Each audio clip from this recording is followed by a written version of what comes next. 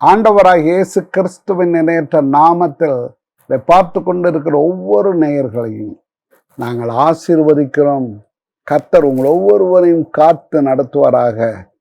நாங்கள் இருவரும் பிரதர் மனோஜ் பிரவீன் எனும் நானும் சேர்ந்து உங்கள் மத்தியிலே எங்களுக்கு தேவன் கொடுத்த அந்த தரிசனங்களை, சொப்பனங்களை, இன்னும் உன்னதமான அனுபவங்களை உங்களோடு கூட பகிர்ந்து கொள்ளும்படியாய் நாங்கள் இந்த இடத்தில் வந்திருக்கிறோம். உங்களுக்கும் அநேகம் 1000 தரிசனங்களும் சொப்பனங்களும் வந்திருக்கும். அவைகளை நீங்கள் எங்களுக்கு அடியில் கண்ட அந்த ஜிமெயில் விலாசத்திற்கு அந்த ஜிமெயிலுக்கு எங்களுக்கு அனுப்பினீர்களே, ஆனால் நாங்கள் அதற்கு உண்டானதை ஜெபித்து உங்களுக்கு உண்டான விளக்கங்களை அனுப்ப மிக ஆவலாக இருக்கிறோம். கர்த்தர் உங்களை ஒவ்வொருவரையும் ஆசீர்வதிப்பாராக. இந்த தொடரில் நாங்கள் உங்களோடு கூட பேச விரும்புகிற காரியம், நான் கண்ட ஒரு தரிசனம். இந்த தரிசனம் எனக்கு ஆச்சரியமாக இருந்தது. இந்த தரிசனம் எப்படி என்றால், நான் ஒரு இடத்துல நின்று கொண்டு இருக்கிறேன். அப்பொழுது தேவன் ஒரு சமுத்திரத்தை எனக்கு காட்டுகிறார். சமுத்திரத்தின் ஆழத்திலே ஒரு மனிதன், அந்த மனிதன் ரட்சிக்கப்பட்டு அபிஷேகம் பெற்று ஊழியம் செய்யக்கூடிய ஒரு மனிதன். அவன் அந்த ஆழத்தில் இருக்கிறான். அவனுடைய கண்கள் மூடி இருக்கிறது, அவனுடைய 2 கைகளும் தளர்ந்து போயிருக்கிறது, முழங்காலும் தளர்ந்து போயிருக்கிறது. இதை நான் பார்த்து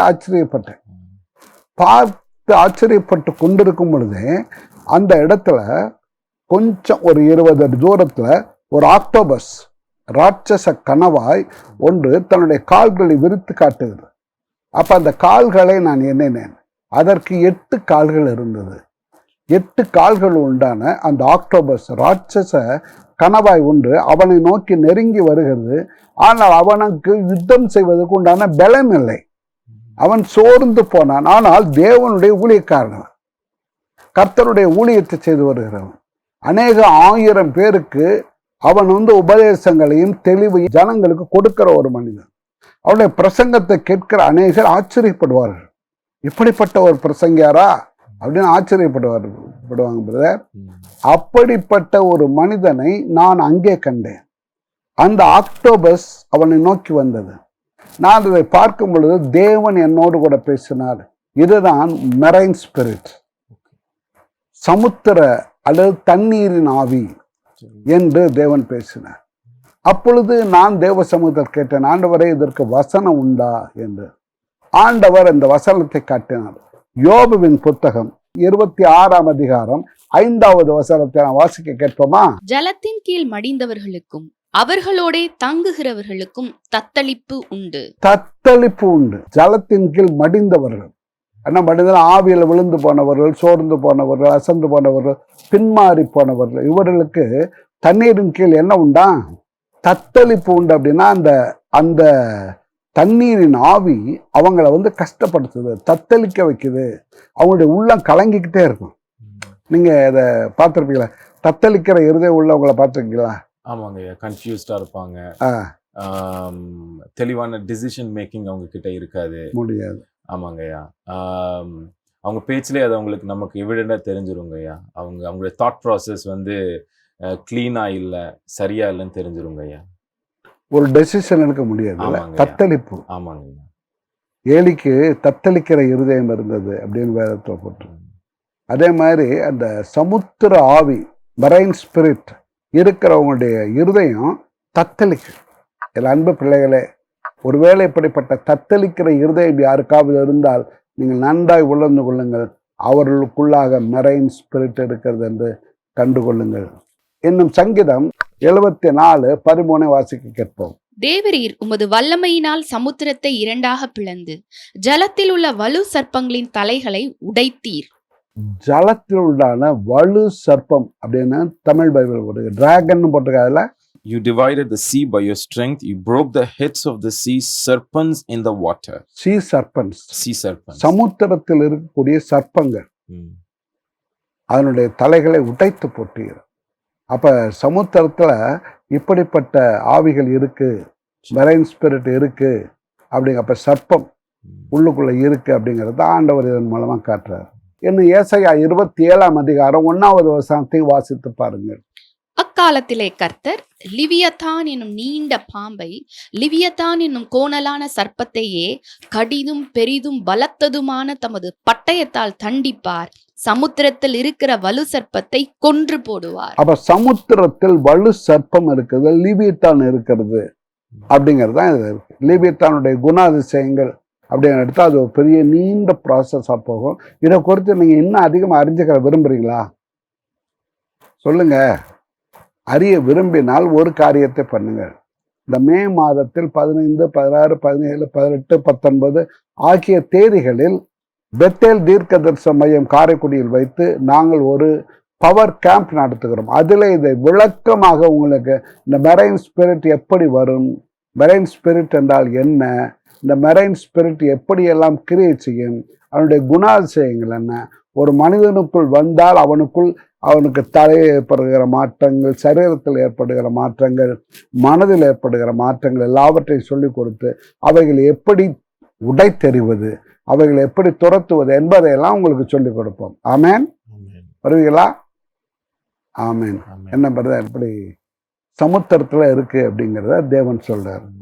வெளிப்படுத்தல் 13:1 கூட நீங்க வாசிச்சு பாருங்க. பின்பு நான் மணலின் மேல் நின்றேன், அப்பொழுது சமுத்திரத்திலிருந்து ஒரு மிருகம் எழும்பி வர கண்டேன். சமுத்திரத்திலிருந்து ஒரு மிருகம் ஏறி வர கண்டேன்.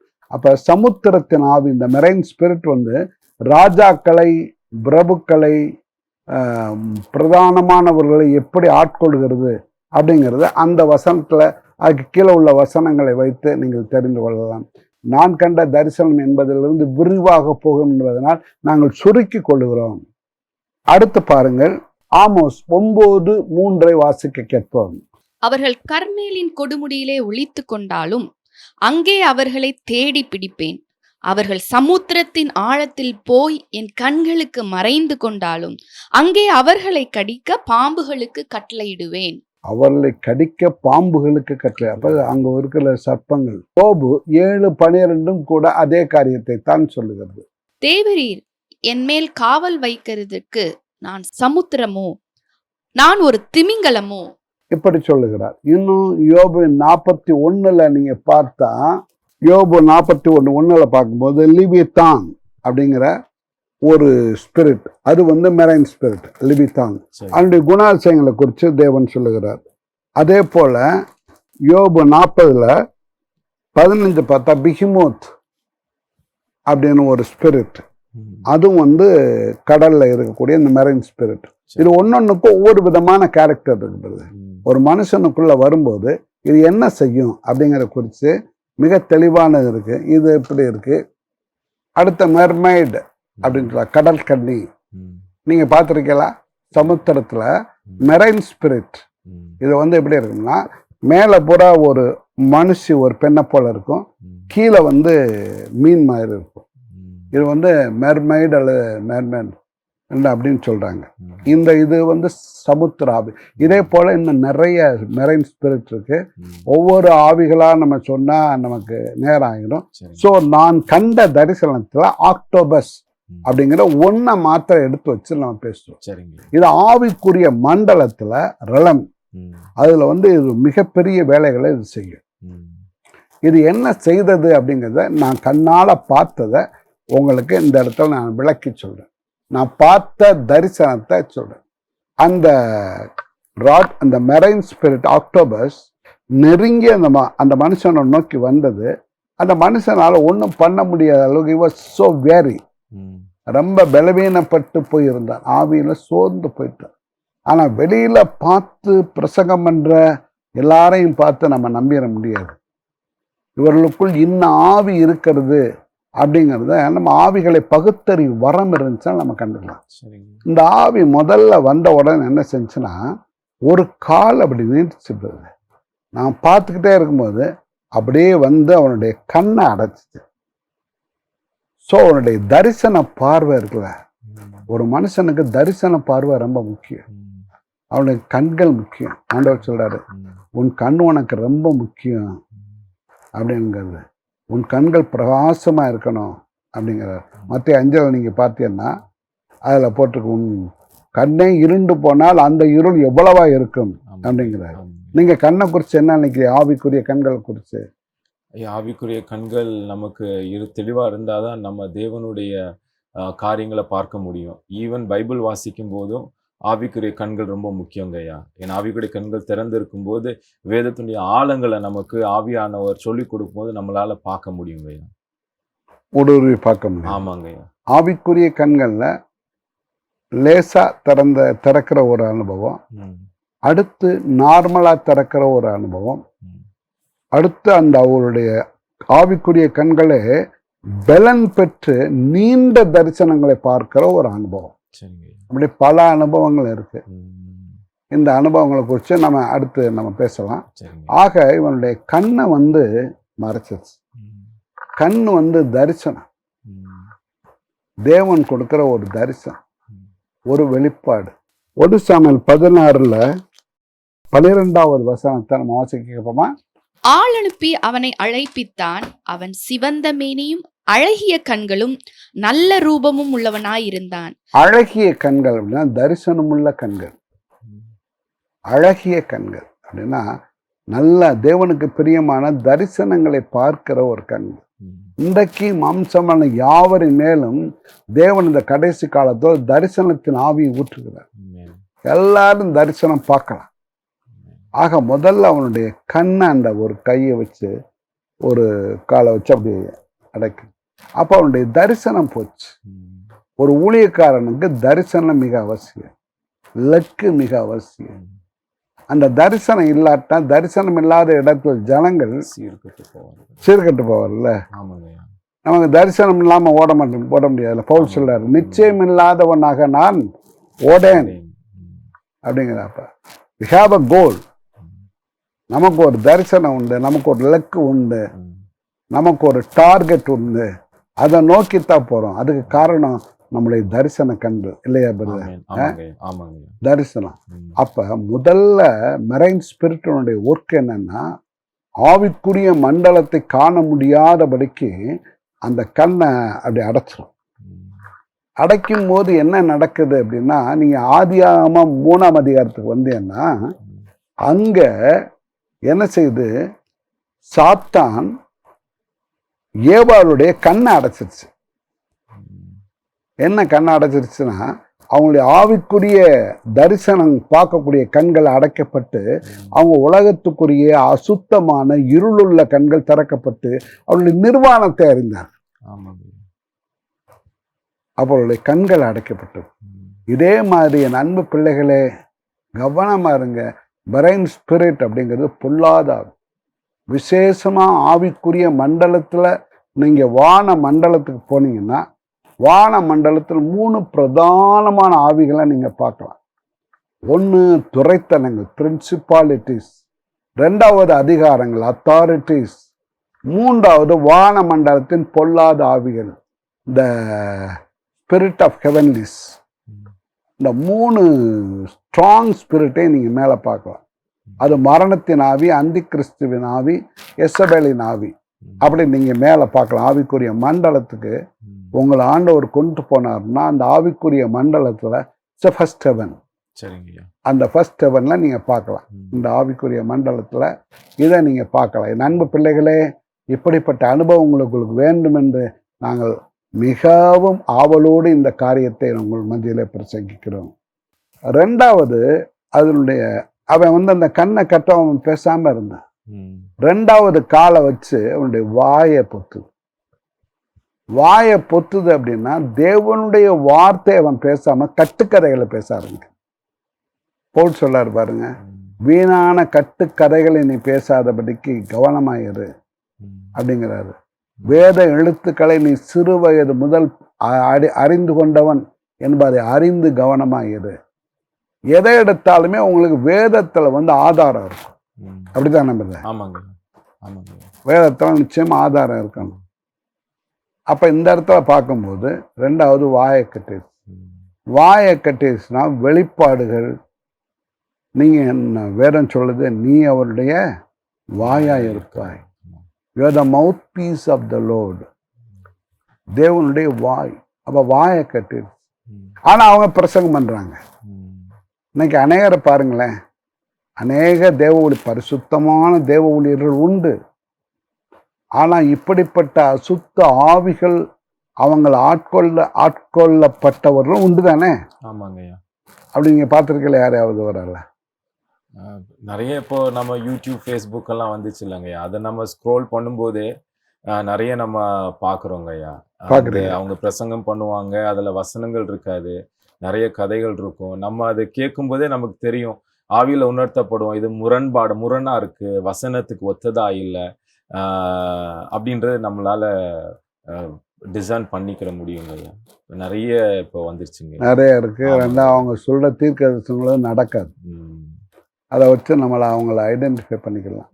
அப்போ அவங்க வாயை பொத்திடுச்சு, ஆனால் பிரசங்கம் பண்ணுறாங்க, ஆனால் ஆவிக்குரிய அந்த வாடை அவங்களுக்குள்ள இருக்காது. ரெண்டாவது கையால் அவருடைய வாயை பொத்திடுச்சு. மூணாவது அந்த ஆக்டோபஸுடைய கை அப்படி வருது தண்ணியில். நீங்கள் அந்த ப்ளூ வாட்டரில் நீங்கள் அதை பார்த்தா மிக துல்லிதமாக அழகாக இருக்கும், தெளிவாக தெரியுன்றத. அப்படியே வந்து மூணாவது அவனுடைய காதை அப்படி பிடிக்குது. காதை பிடிச்ச உடனே அவனுக்கு அந்த கேள்வி ஞானம், அந்த தேவனுடைய குரல் அவனுக்கு கேட்கல. அவனுக்கு அதுக்கு பதிலாக அசுத்தாவியின் குரல் தான் கேட்குது. மூணாவது அவனுடைய காதை கட்டுச்சு. காது ரொம்ப முக்கியம். காதை குறித்து வேதத்தில் ஆண்டவர் சொல்லும்போது லேவியராகமோ என்னாகமோ இதெல்லாம் பார்த்தா அபிஷேகம் பண்ணும்போது அங்கே காதில் ஒளிவை எண்ணெய் வச்சு அவனுக்கு அபிஷேகம் பண்ணுவாங்க ஒரு ஊழியக்காரனுக்கு. ஆக காது நமக்கு ரொம்ப முக்கியமானது. காது தேவனுடைய வார்த்தை கேட்கிறது, தேவனுடைய குரலை கேட்கிறது. அதுக்கு காது நமக்கு மிக அவசியம். நீங்கள் காதில் ஆண்டவருடைய குரல் கேட்டுக்கலாம். நான் ஆண்டவருடைய குரல் காதுகளில் கேட்டிருக்கேன். ஒரு முறை நான் ஜெபம் பண்ணிக்கிட்டே இருக்கும்போது காதில் ஒரு குரல் கேட்குது. மத்தியானம் 2:15 மணி இருக்கும். நல்ல இனிமையான குரல். அது எப்படின்னா, சிலுவையின் கண் நிம்மதி, சிலுவையில் தான் உனக்கு நிம்மதி இருக்கு. ஸோ சிலுவை, ஆண்டவருடைய ரத்தம், இயேசு கிறிஸ்துவின் ரத்தம், அதையே நீ நோக்கிப்பாரு அப்படின்ட்டு அந்த காதில் அந்த குரல் கேட்டேன். அதே போல் ஒரு நாள் என்னுடைய அறையில் ஜெபம் பண்ணிக்கிட்டு இருக்கும்போது கெத்செமனை எடுத்து நான் வாசிச்சுட்டு இருக்கேன். திடீர்னு அந்த அறையே அதிரும்படி என் காதுகளில் ஒரு பலத்த சத்தம். யாருடைய குரல்னா இயேசுவின் குரல். அப்படி வந்து அவர் நிற்கிறாரு. அந்த குரல் என் காதுகளில் பயங்கரமாக, just like shuttering to pieces, அப்படியே சரீரமே நொறுங்கி போகிற மாதிரி இருக்கு அந்த வேர்டு. காதேஸ் வனாந்தரத்தையும் அதிர பண்ணுகிற சத்தம், பெண்மான்களை ஈன பண்ணுகிற சத்தம், காடுகளை வெளியாக்குகிற சத்தம். கர்த்தருடைய சத்தம் வல்லமை இல்லைல்ல? ஆமாங்கய்யா. ஆமாம். கர்த்தருடைய சத்தத்தை பற்றி அனுபவம் ஏதாவது சொல்லுங்களேன். ஜெபிக்கும் போது ஆண்டோட சத்தத்தை ஆவியில் ஆத்மாவில் கேட்டுக்கிறேங்க. இன்னைக்கு காலையில் கூட பேர்னிங் புஷ்ஷை பற்றி நான் வாசிச்சுட்டு இருந்தேன். வாசிக்கும் போது அதில் பேர்னிங் புஷ் இருக்குது, மோசேக்கு வர்றாரு. மோசேயோட அட்டென்ஷன் ஃபஸ்ட்டு திரும்புது. அதுக்கப்புறம் ஆண்டவர் மோசேயை கூப்பிட்றாரு. ஆண்டவர் சொன்னார், நான் உங்களை சுற்றி தான் இருக்கிறேன், I am waiting for your attention, நீங்கள் என் பக்கம் திரும்பிட்டீங்கன்னா ஐல் கால் யூ அப்படின்ற ஒரு வார்த்தை இன்னைக்கு காலையில் எனக்கு அருமையாக இருக்கு, ரொம்ப சூப்பராக இருக்கு. அவன் மோசே அங்கே தான் இருக்காரு, ஆனால் தெரியலங்க. ஆமாம். ஆனால் அவர் பார்க்கும்போது தேவன் மோசேன்னு கேட்க அந்த குரல் கேட்குது. ஸோ அப்போ இதுலேருந்து நீங்கள் சொல்ல வர்றது வந்து என்ன, ஜனங்களுக்கு என்ன சொல்ல வர்றீங்க? எல்லாருக்கு பக்கத்துலேயும் தேவன் இருக்காரு.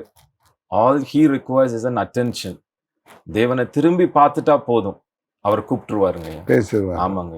ஆமென். இன்னொரு கையை அந்த ஆக்டோபஸ் தூக்குச்சு. இப்போ 3 கை தூக்கிச்சு. 4வது கையை அப்படி தூக்கி அவனுடைய கை 2ஐயும் அப்படி கட்டுது. கை 2ஐயும் சேர்த்து அப்படியே கட்டிடுச்சு. கையை கட்டினா கையின் கிரியைகள் இருக்குல்ல, கையில் தானே வேதத்தை தூக்குறோம், கையில் தான் தான தர்மம் செய்கிறோம். அது செய்ய முடியாத அளவுக்கு தேவன் என்ன சொல்கிறாரோ அதை செய்ய முடியாத அளவுக்கு கையை கட்டிடுச்சு. கையின் கிரைகள் ஏராளம் இருக்குல்ல, வேதத்தில் இருக்கு.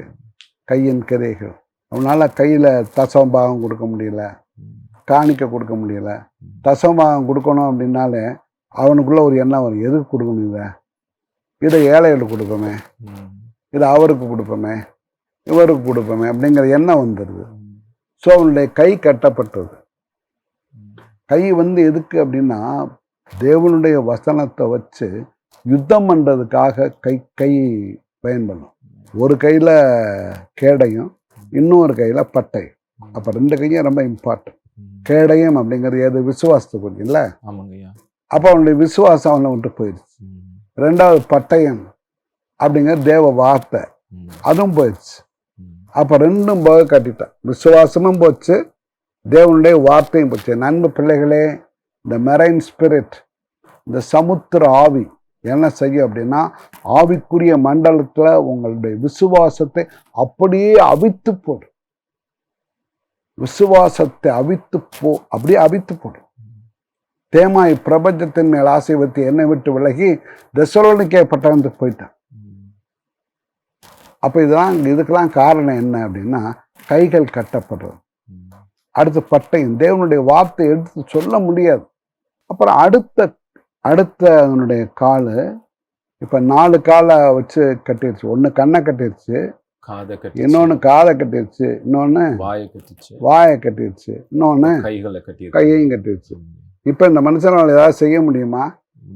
அடுத்து இந்த மனுஷனுடைய காலை கட்டு, ஒரு கையை அவனுடைய ஒரு காலை வச்சு காலை கட்டு. இப்போ அவனுடைய நட தளர ஆரம்பிச்சு, நடக்க முடியல. தேவனுக்காக நடக்கிற தேவனுடைய நடைகள், தேவனுக்காக நடக்கிற அது முடிச்சுட்டு லெத்தார்ஜிக்காக இருக்கு.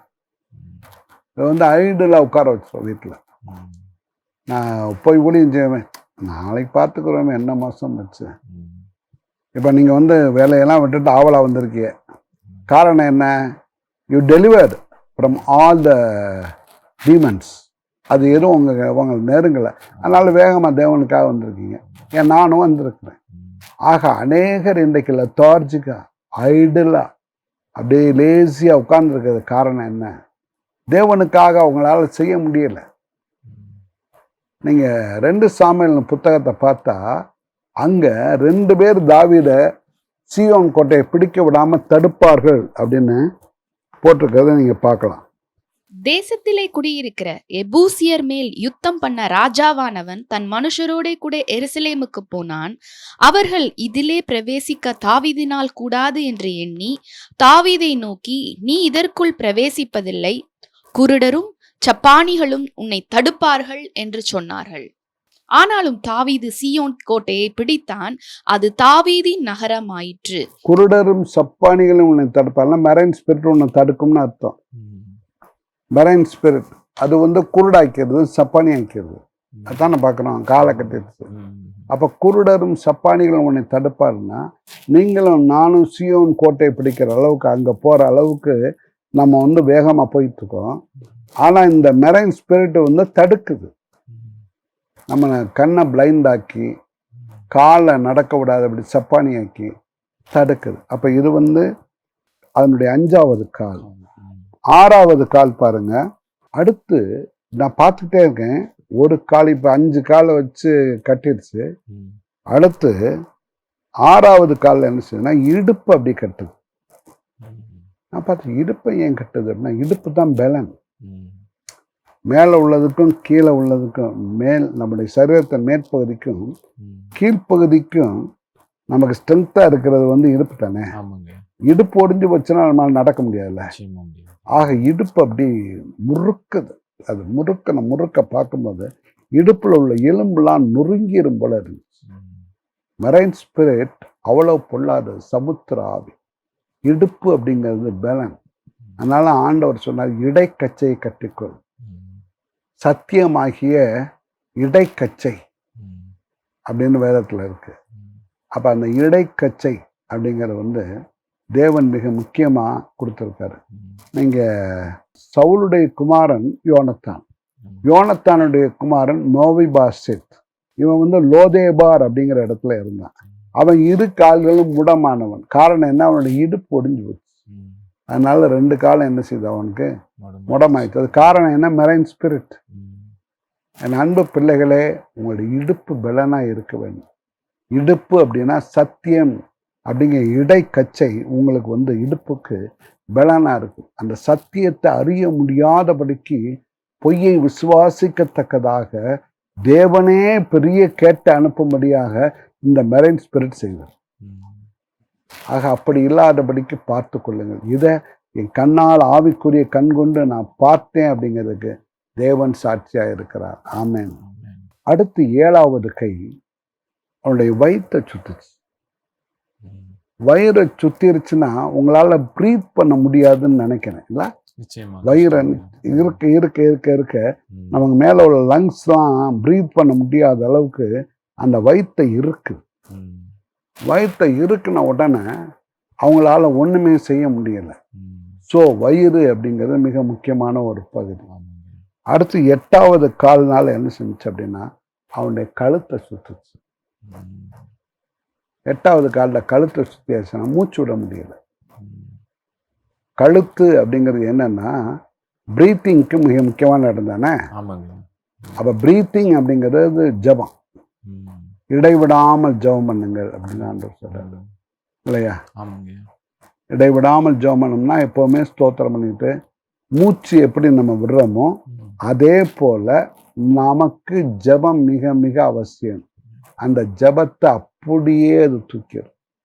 மெரைன் ஸ்பிரிட்டை கழுத்தை கட்டிருச்சு அப்படின்னா அதுக்கப்புறம் எல்லாமே போச்சு. கடைசியில் என்ன செஞ்சிச்சு அப்படின்னா இவ்வளோ 8 கால் அதுக்கு இருந்துச்சு. 8 காலில் கால் கண்ணை கட்டுச்சு, 2வது கால் காதை கட்டுச்சு, வாயை கட்டுச்சு, 3வது கால் காதை கட்டுச்சு, 4வது கால் கையை கட்டுச்சு, 5வது கால் காலை கட்டுச்சு, 6வது கால் இடுப்பை கட்டுச்சு, 7வது கால் வயிற்றை கட்டுச்சு, 8வது கால் இதை கழுத்தை கட்டுச்சு. இப்போ எல்லாம் கட்டப்பட்டா இவனால் அசைய முடியுமா? முடியாது. அப்போ என்ன செஞ்சுன்னா அது அப்படியே நெருங்கி வந்து அவனுடைய வாயை பார்த்து அதுக்கு இந்த ஒரு ஷக்கிங் இது இருக்குது, ஷக்கிங் வெசல்ஸ் இருக்குது. அது அப்படியே ஷக் பண்ணுற ஒரு வெசல்ஸ் இருக்கு. அது மூலமாக அந்த பிளட் அப்படியே ஷக் பண்ணிகிட்டே இருக்கு. அது அப்படியே வாயை நெஞ்சில் வச்சு அப்படியே அந்த ரத்தத்தை உறிஞ்சி என்ன செய்ய முடியும்? So this is the marine spirit.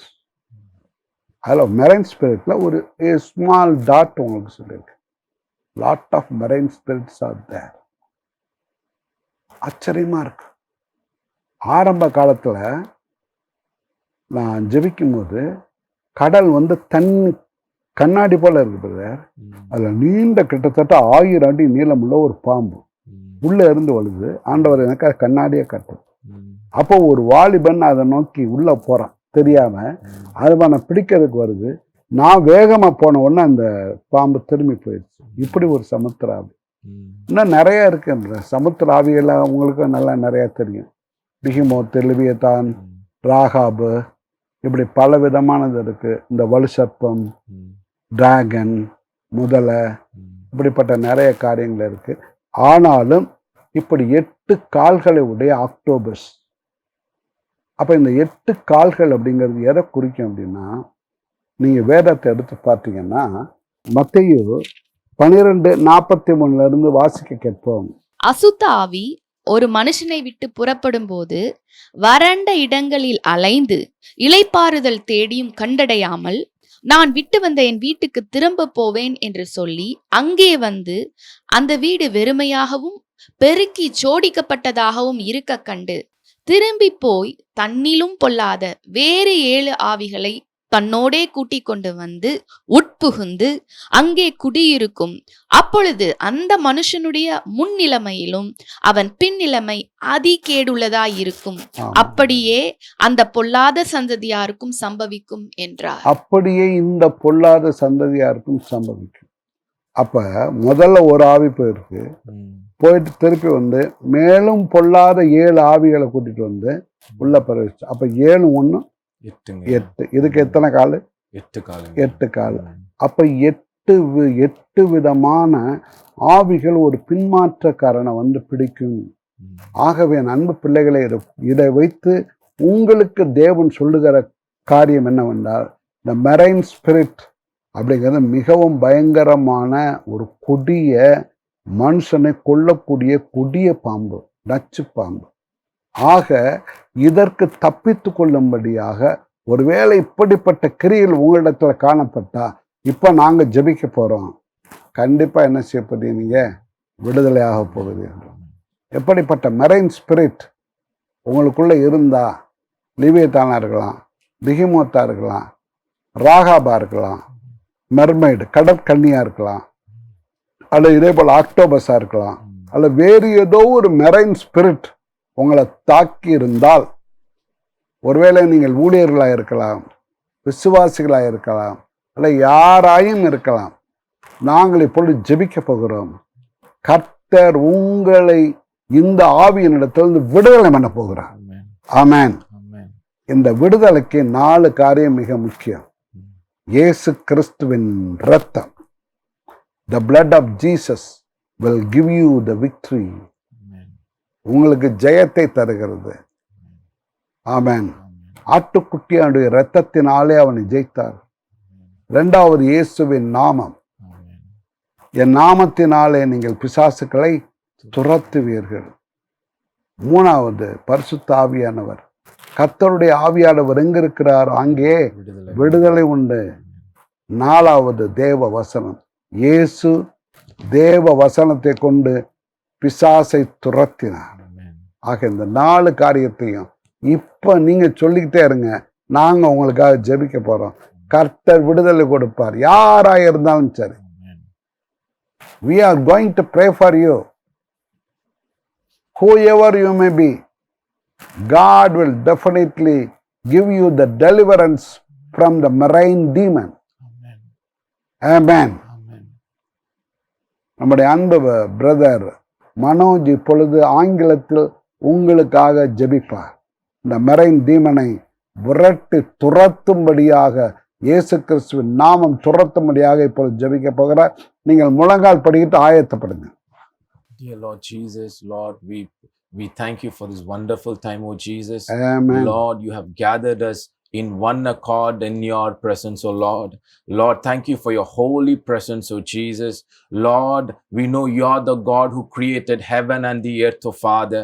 Lord, you are in our midst, oh Father. Lord, we heard this sermon, oh Jesus. Lord, it is all about marine spirits, oh Lord. Dear Jesus, dear Lord, we are your children, Father.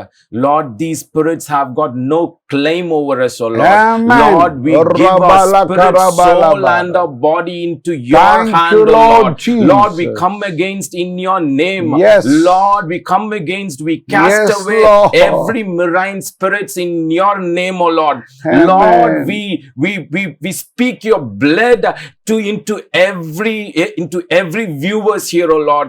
Lord, let your Amen. blood cleanse every sins, oh Father. Let your blood be their protection, oh Lord. Lord, let your word is double-edged sword, oh Lord. Yes, Lord. It is able to Destroy. cast away any demon, oh Amen, Father. Master. Right away, Lord. Right. Now, Father, Right we now. stand by your name. Yeah. Lord, we have come by In your the name of blood. Jesus, we Right are now, standing. let the people be delivered Amen. in Jesus' name. Rakarabala, Oh, tura, Raja tura, Lema tura, Shika bala. Lebro Zeni Antono Lizekete Nice, Rimo Lahi Antono. rakarabala, Oh, tura, bala. Jesus, thank you for your wonderful Now, deliverance, do oh Lord. sharabala. This is your will. This is what you desire, oh Lord. Thank you for delivering us. Thank you for being with us. We take this prayer in Jesus' name. Amen. ஆமென், ஆமென். நல்ல தகப்பனே, உமக்கு நன்றி செலுத்துகிறோம் அப்பா. கர்த்தருடைய வல்லமை எங்கள் மத்தியிலே கடந்து வருவதாக. இயேசு கிறிஸ்துவின் இரத்தத்தை நாங்கள் கரத்திலே விசுவாசத்தோடு எடுத்துக் கொள்ளுகிறோம் ஆண்டவரே. அவைகளை உம்முடைய ஜனங்களின் மேல் தெளிக்கிறோம் இப்பொழுது. We sprinkle the blood of our Lord Jesus Christ, the shedding blood of Jesus Christ. இயேசு கிறிஸ்துவின் சிந்தப்பட்ட இரத்தம் ஆண்டவரை பொல்லாத ஆவிகள் ஜனங்களை விட்டு வெளியேற்றுவதாக இப்பொழுது வெளியேறி கொண்டிருக்கிறது. இப்பொழுது மெரைன் ஸ்பிரிட் வெளியேறி கொண்டிருக்கிறது. அவைகள் ஆட்டி படைத்த அந்த பொல்லாத ஆவியில் வெளியேறி கொண்டிருக்கிறது. அநேகருடைய தலை வலி, அநேகருக்கு இந்த தலை வலியை கொடுத்த இந்த பொல்லாத மெரைன் ஸ்பிரிட் இயேசுவின் நாமத்தில் தலை விட்டு வெளியே போய் என்று கட்டளையிடுகிறோம். நன்றி இயேசு சுவாமி, நன்றி இயேசு சுவாமி, நன்றி இயேசு சுவாமி. அநேகருடைய தரிசனத்தை அநேகர் இழந்து போனார்கள். இப்பொழுது ஜெபித்துக் கொண்டு இருக்கிறார்கள். ஐயா, என் தரிசனம் போயிற்றே, என் தரிசனம் போயிற்றே, இந்த தரிசனம் போனதனால் நான் வறுமையடைந்து விட்டேனே என்று கலங்கி கொண்டிருக்கிறவளை பார்க்கிறோம். இயேசு கிறிஸ்துவின் நாமத்தினாலே அந்த தரிசன வரம் ஆண்டவரே அந்த கண்களை தெளிவாக்க வேண்டும் என்று நாங்கள் ஜெபிக்கிறோம். இயேசுவின் நாமத்தில் கண்களை கட்டி வைத்திருக்கிற marine spirit, get out in the name of Jesus. Amen, amen. நன்றி இயேசு சுவாமி, நன்றி இயேசு சுவாமி. அநேகர் விசுவாசத்தில் பலவீனப்பட்டு போயிருக்கிறீர்கள். ஆண்டவராகிய தேவன் காட்டுகிறார், விசுவாசத்தில் பலவீனப்பட்டவர்களை காட்டுகிறார். அந்த விசுவாசத்தில் மறுபடியும் பலனடையும்படியாய் தேவனுடைய வல்லமை உங்கள் மேல் இறங்கி வருகிறது. கட்டப்பட்ட கால்கள் இயேசுவின் நாமத்தினால் இப்பொழுது அவிழ்க்கப்படுவதாக. கட்டப்பட்ட கைகள் இயேசுவின் நாமத்தினால் அவிழ்க்கப்படுவதாக. கட்டப்பட்ட கண்கள் இயேசுவின் நாமத்தினால் அவிழ்க்கப்படுவதாக. இப்பொழுது நாங்கள் விடுதலை செய்கிறோம் ஆண்டவரே.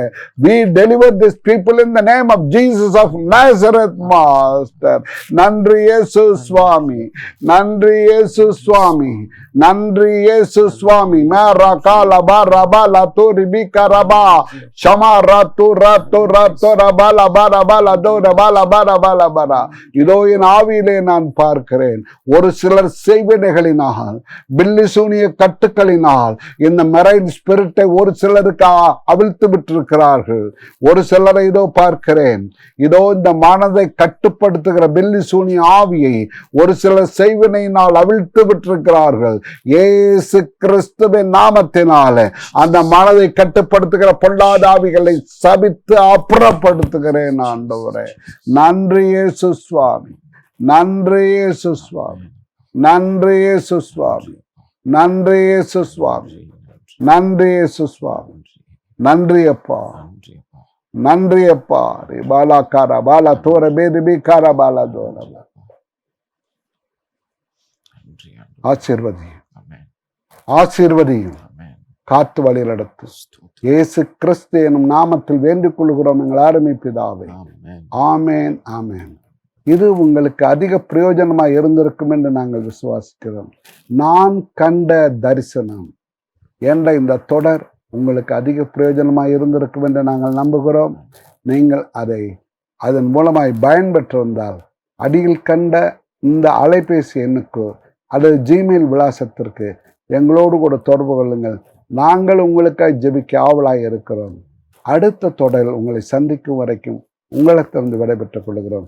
கர்த்தர் உங்களை ஆசீர்வதிப்பாராக. ஆமென்.